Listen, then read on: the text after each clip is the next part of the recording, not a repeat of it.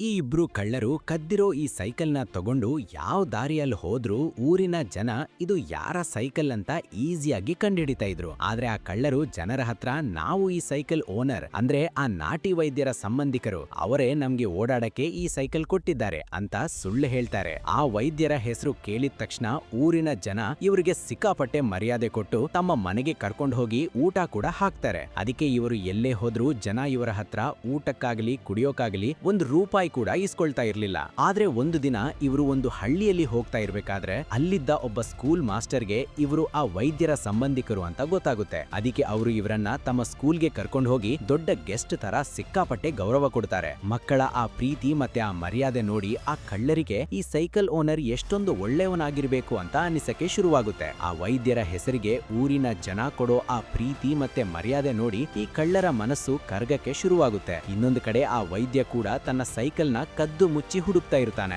ಆದ್ರೆ ತನ್ನ ಮರ್ಯಾದೆ ಹೋಗುತ್ತೆ ಅಂತ ಅವನು ಈ ವಿಚಾರನ ಯಾರತ್ರನೂ ಹೇಳ್ತಾ ಇರ್ಲಿಲ್ಲ. ಅದಕ್ಕೆ ಅವನು ಜನರಿಗೆ ಟ್ರೀಟ್ಮೆಂಟ್ ಕೊಡಕ್ಕೆ ನಡ್ಕೊಂಡೇ ಅವರ ಮನೆಗೆ ಹೋಗ್ತಾ ಇದ್ದ. ಆದ್ರೆ ಒಂದು ದಿನ ಆ ಕಳ್ಳರು ಆ ವೈದ್ಯನ ಮನೆಯಲ್ಲಿ ಕದ್ದಿದ್ದ ಎಲ್ಲಾ ವಸ್ತುಗಳನ್ನ ವಾಪಸ್ ಕೊಟ್ಟು ಬಿಡೋಣ ಅಂತ ಡಿಸೈಡ್ ಮಾಡ್ತಾರೆ. ಅದಕ್ಕೆ ಒಂದು ದಿನ ಆ ವೈದ್ಯ ಎಲ್ಲೋ ಹೋಗಿ ವಾಪಸ್ ಬರ್ತಾ ಇರ್ಬೇಕಾದ್ರೆ ಒಬ್ಬ ಅಂಗಡಿಯವನು ಅವರನ್ನ ಕರೆದು, ವೈದ್ಯರೇ, ನೀವು ನಿಮ್ಮ ಸೈಕಲ್ ನ ಇಲ್ಲೇ ಬಿಟ್ಟು ಹೋಗಿದ್ದೀರಾ ಅಂತ ಹೇಳ್ತಾನೆ.